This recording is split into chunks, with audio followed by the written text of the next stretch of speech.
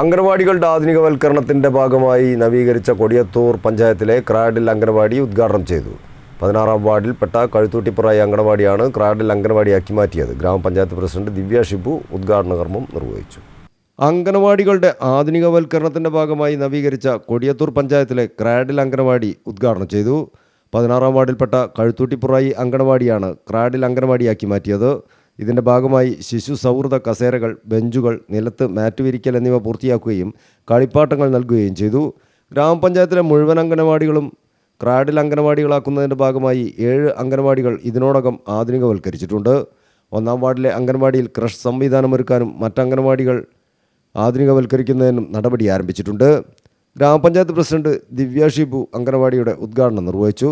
Vice president Fazal Kodiyathur അധ്യക്ഷനായിരുന്നു.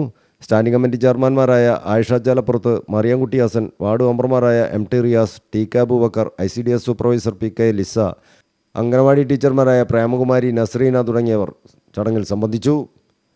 News bureau, Mukkam.